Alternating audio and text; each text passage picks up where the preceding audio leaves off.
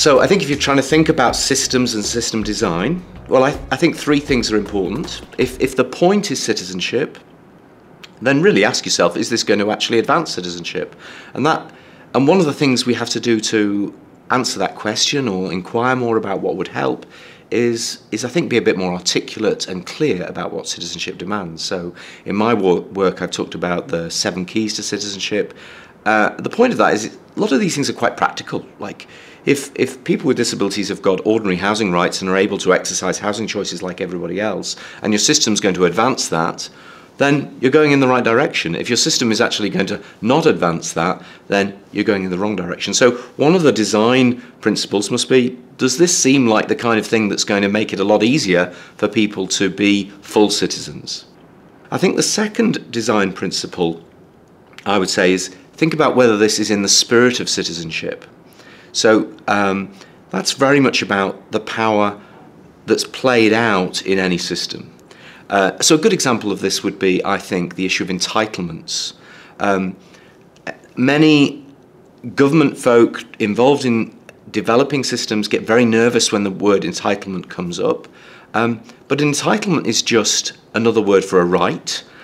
Rights are the things that citizens have, and rights are important to citizens because they're the things that enable citizens to activate their citizenship.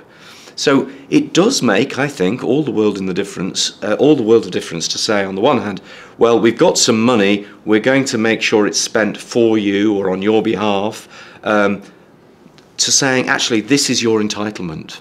This is your money. You're entitled to it because of your particular needs. I wonder what you're going to do with it. A very fundamental thing, seems to me, is those kind of questions around entitlement. And they flow from understanding the spirit of citizenship.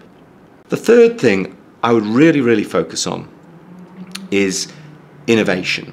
So again, there's huge tendency to over-design systems, to think that you already know the answers to all the questions, or that, you know, there might be some small variations that the small people might figure out.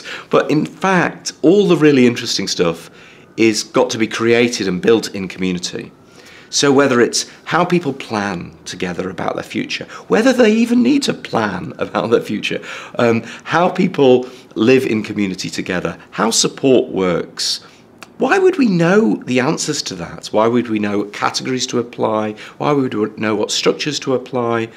We wouldn't. We've got to create in our systems an enormous capacity for ongoing innovation, an enormous capacity for reflection, a commitment to humility, a commitment that says, yeah, we've not been doing this very well for a long time, we want to do better, and we as a community need to learn from those who are going to try and do differently. I'm quite interested in a parallel conversation about entrepreneurs. There's a lot of thought about entrepreneurs as the people who we allow to fail on our behalf. And through that process of failure, make all sorts of interesting things happen.